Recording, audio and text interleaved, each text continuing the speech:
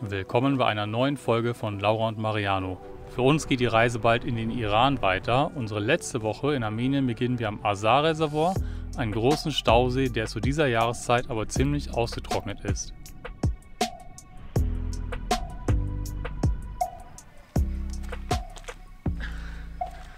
Das ist die Strafe, wenn man sich über andere, die mit dem Auto eingesunken sind, lustig macht. Dann rutscht man selber mit den Schuhen rein. Naja, aber wir können jetzt weiterlaufen.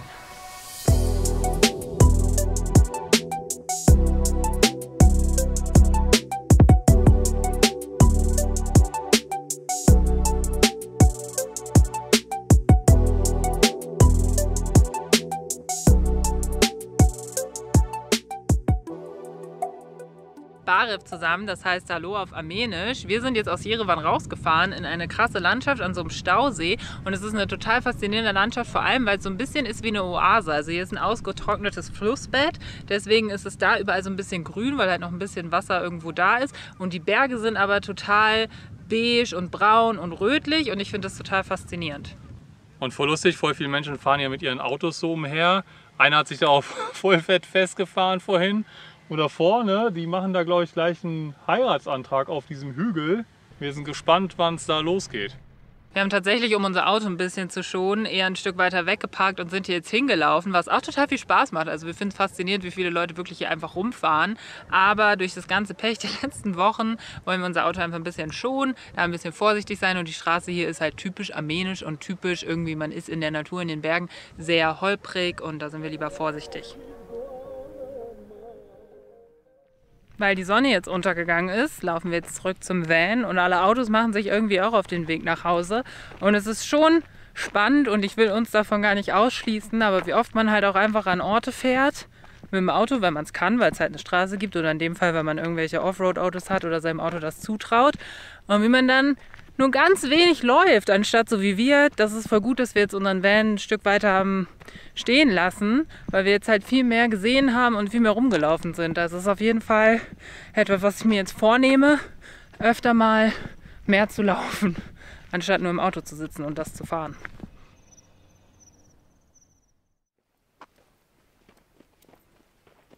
Guten Morgen, wir sind extra früh aufgestanden, um bei Sonnenaufgang nochmal den See zu sehen. Und morgens sieht man nämlich auch immer den Ararat, das ist der höchste Berg der Türkei, knapp über 5000 Meter. Der hat aber auch in Armenien eine hohe Bedeutung. Eine Zigarettenmarke heißt so, eine Biermarke, eine Bank heißt so. Und ganz früher waren wohl die meisten Siedlungen oder die ersten Siedlungen auch so um diesen Berg rum. Und deswegen hat er halt so eine hohe Bedeutung in Armenien und ist sogar auf dem armenischen Wappen drauf. Und da hat die Türkei dann aber gesagt, da gibt es eine lustige Geschichte, hey, das ist doch unser Berg, der liegt ja komplett in der Türkei, den könnt ihr nicht einfach auf euer Wappen haben. Und da hat ein Außenminister von Armenien oder so geantwortet, ja, aber ihr habt ja den Sichelmond auf eurer Flagge und der Mond gehört ja auch nicht der Türkei. Ah, hier liegt so eine. Oh ja. Ararat. Hier liegt halt auch sehr viel Müll rum an diesem See. Und hier sind wieder ein paar Aufnahmen aus der Vogelperspektive. Was gibt's Schöneres am Morgen? Außer das Geräusch für den einen Camper, der da drüben auf diesem Berg steht. Aber ich glaube, die sind schon wach, von daher wird es schon okay sein.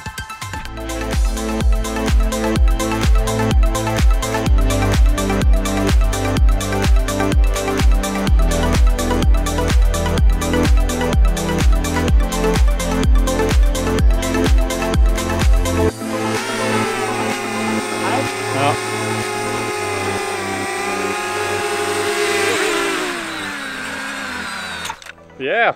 Ich hab's auch aufgenommen. Geil. Mit der Drohne. Da drüben ist auch ein Park4Night-Platz, haben wir jetzt eben nochmal gecheckt. Aber das Interessante ist, dass da überall Wasser ist. Also eigentlich läuft der Fluss hier noch total weiter und dieser See ist viel größer. Auch wenn ich bei Google Maps gucke, sieht es so aus, als wäre der Stellplatz, wo wir jetzt sind, irgendwie nur ein paar hundert Meter weg vom Wasser. Aber durch den Sommer ist es anscheinend total ausgetrocknet. Wobei es ist ja auch ein Stausee. Also vielleicht wird das ganze Wasser auch für Jerewan, das ist ja da drüben, benutzt. Wir wissen es nicht so genau, aber es ist auf jeden Fall schon wieder sehr spannend, wie unterschiedlich Orte zu verschiedenen Jahreszeiten aussehen. Die Insel da drüben, wo der eine Camper jetzt steht, ist zum Beispiel dann auch total unter Wasser. Also es war auch noch im Juni, also vor 3 Monaten erst, wo hier noch komplett alles voll mit Wasser war. Aha, das mit den Geschenken geht weiter. Oh. Da war gerade dieser Mann, der hier oben in diesem Container anscheinend wohnt. Er meint, wir können da auch Wasser auffüllen, wenn wir brauchen. Aber richtig nett, jetzt hat er uns eine Wassermelone geschenkt, was voll gut passt, weil wir haben nicht mehr so viel Essen. Jetzt haben wir einen guten Nachmittagssnack. Perfekt, wie nett einfach. Alles gut. Wir sind jetzt heute Abend hier nochmal rausgegangen, weil wir den ganzen Tag vor allem Mariano vor dem Bildschirm saß, um Videos fertig zu kriegen, weil wir demnächst in den Iran wollen und da das Internet gerade gekappt ist. Und sind jetzt hier nochmal ein bisschen die Berge hochgelaufen, um nochmal eine neue Perspektive zu haben. Und das ist auch immer so wahnsinnig unterschätzt, glaube ich, dass wenn man an einem Ort ist und einmal hinfährt oder einmal hinläuft, dann hat man ihn noch lange nicht verstanden oder gefasst oder so, weil man von so vielen Perspektiven quasi das Gleiche hier angucken kann. Aber es ist immer irgendwie dann doch anders und besonders. Und nach gestern hat sich da jetzt schon wieder jemand festgefahren. Aber es ist irgendwie so ein richtig großes Auto und deswegen musste eine massive Feuerwehr ankommen. Und auf dem Hügel, wo gestern der Heiratsantrag gemacht wurde, ist jetzt wieder irgendwas, was aufgebaut wird. Also vielleicht wieder ein Heiratsantrag oder was ganz anderes. Wahrscheinlich kann man diesen Hügel mieten. Ja, diesen Heiratsantrag oder, buchen. Genau, irgendwie sowas buchen, dass man da dann eine Veranstaltung hat. So, jetzt haben wir hier unseren Sonnenuntergangssnack, die Wassermelone.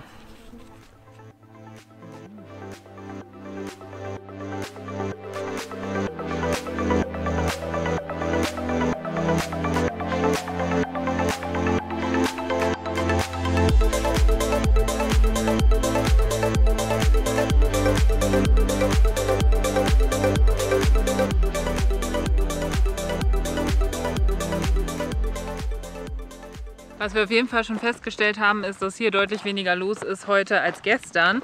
Und deswegen auf jeden Fall eine Faustregel, die wir mehr befolgen müssen, ist am Wochenende nirgendwo hin, wo andere, also zu keiner Attraktion. Weil natürlich sind dann alle da. Aber so ist es jetzt halt viel schöner als gestern. Ja. Wir sind gerade so ungefähr die einzigen FußgängerInnen hier.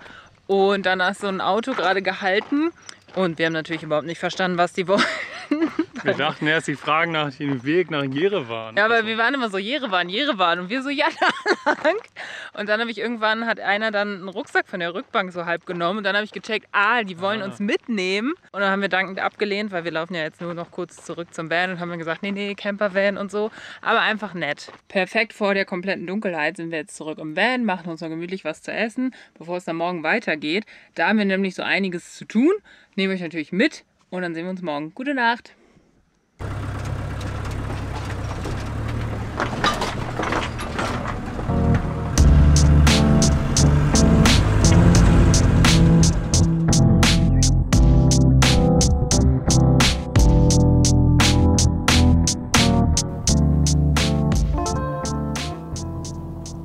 Jetzt sind wir auf dem Campingplatz. Wir haben nämlich hier den Geburtstag von Tim gefeiert, von Brunhildes Abenteuer.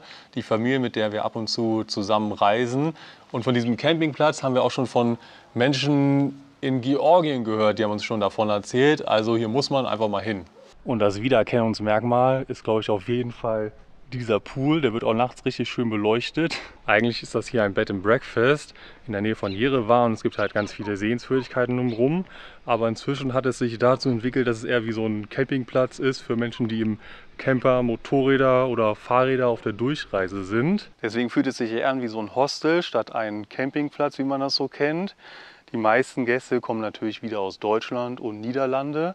Aber es ist ganz cool. Man unterhält sich, kocht zusammen, feiert zusammen, tauscht Erfahrungen aus. Wir haben hier bisher eigentlich noch gar nichts gefilmt, weil Campingplatz oder Bed and Breakfast in diesem Fall ist immer ziemlich stressig. Man hat viel zu tun. Wir haben zum Beispiel hier schon 4 oder 5 Ladungen Wäsche gewaschen, haben ein Video hochgeladen, natürlich Geburtstag gefeiert und unser Visa für Pakistan beantragt. Und das ist ziemlich kompliziert. Das hat allein 2 Stunden gedauert. Wir sind jetzt hier in einer der Küchen bzw. Aufenthaltsräume und es ist halt wirklich cool, weil hier Leute auch vor allem zusammenkommen und man sich dann super cool austauschen kann. weil die meisten Leute natürlich entweder hier die letzte Station zum Iran haben oder gerade aus dem Iran wiederkommen und das natürlich die perfekte Gelegenheit ist, um Fragen zu klären und sich gegenseitig zu unterstützen. Für uns war das jetzt nämlich total gut, weil hier Leute waren, die schon ihr Pakistan-Visum bestätigt bekommen haben und die konnten uns jetzt total helfen und hatten wirklich hilfreiche Tipps, die wir genutzt haben, und wir konnten gleichzeitig Leuten mit dem Iran-Visum helfen und damit, wie man ein Paket eventuell nach Tiflis schickt und wie lange das dauert und dass sie sich keine Sorgen machen müssen, und so ist halt der Austausch. Ihr habt also jetzt mitgekriegt, wir haben viel zu tun und haben schon viel hier erledigt. Wir haben es bis jetzt noch nicht mal geschafft, in den Pool zu springen oder die Duschen mit warmem Wasser richtig auszunutzen. 1, 2, 3.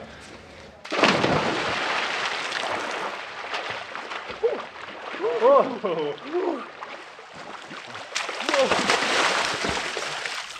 So lässt sich's hier aushalten. Kein Wunder, wenn Leute eine Woche hier bleiben.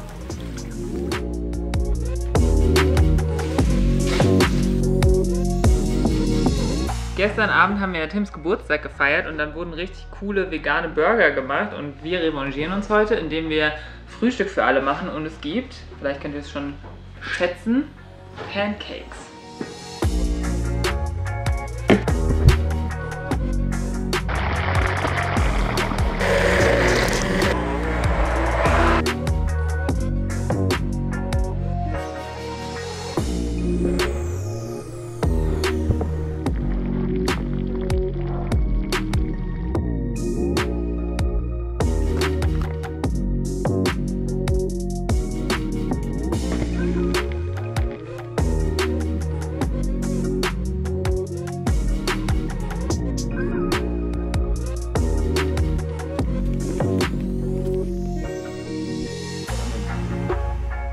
Jetzt sitzen wir hier mit allen und essen die leckeren Pancakes. Lecker.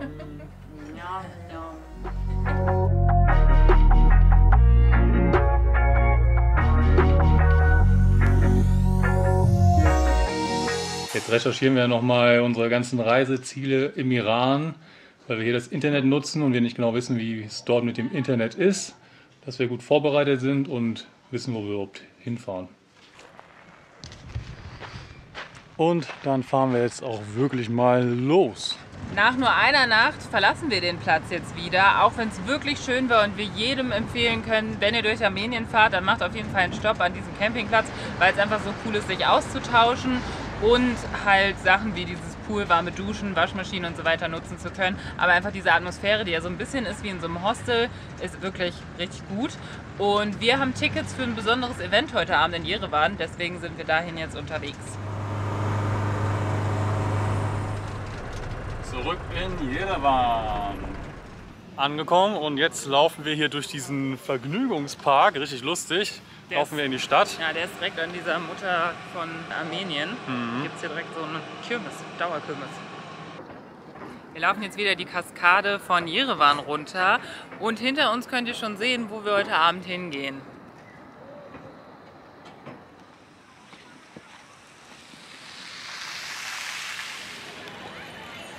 So, wir erzählen euch jetzt mal, weswegen wir hierher gekommen sind. Wir gehen in dieses Gebäude und zwar in die Oper und gucken uns das Ballettstück Romeo und Julia an.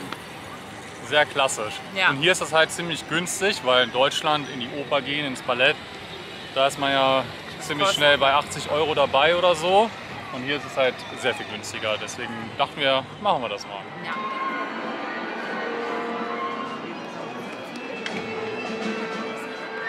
Wir sind ja jetzt in der Oper, wir wissen gar nicht, ob man hier filmen darf. Noch gab es keine Ansage dagegen. Aber wir sind drinnen und es klingt komisch, aber ja, das Orchester stimmt sich gerade ein. Deswegen klingt das alles sehr schief.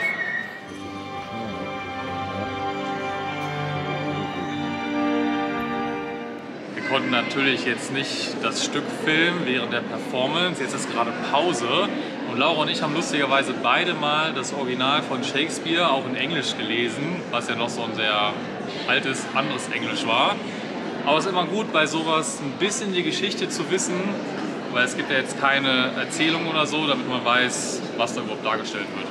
Die Geschichte Romeo und Julia spielt in Italien, dementsprechend ist das ganze Stück sehr an Italien angelehnt, also die Kostüme und auch das Bühnenbild. Und witzigerweise waren wir vor nicht allzu langer Zeit in Siena, da sollen die historischen Persönlichkeiten Romeo und Julia herkommen und Shakespeare die Geschichte dann aber nach Verona verordnet. Und das Lustigste an der Pause, wir dachten, okay, dann essen wir vielleicht so ein Brezel oder so, wie man das aus Deutschland kennt.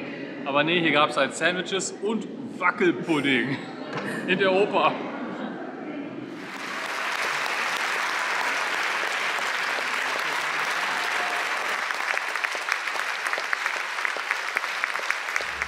Ich fand das jetzt mal wieder richtig, richtig schön und ich meine, nach Corona, wer kennt es nicht, war es jetzt auch voll schön, mal wieder so eine Kulturveranstaltung zu besuchen und so ein richtiges Orchester, wo man die Musik so spürt, wenn das da loslegt mit dem Ballett, das ist schon echt was richtig, richtig Schönes und Tolles. Ja, ich fand es auch richtig schön, es ist natürlich toll in so einem Land auch mal was Kulturelles zu machen und halt auch so ein klassisches Ballett zu sehen.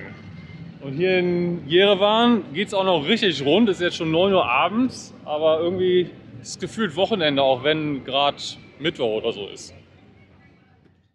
Und im nächsten Video. Holper, Holper, Holper. Oh Gott, das ist eben total. Und das ist die Hauptstraße nach Iran.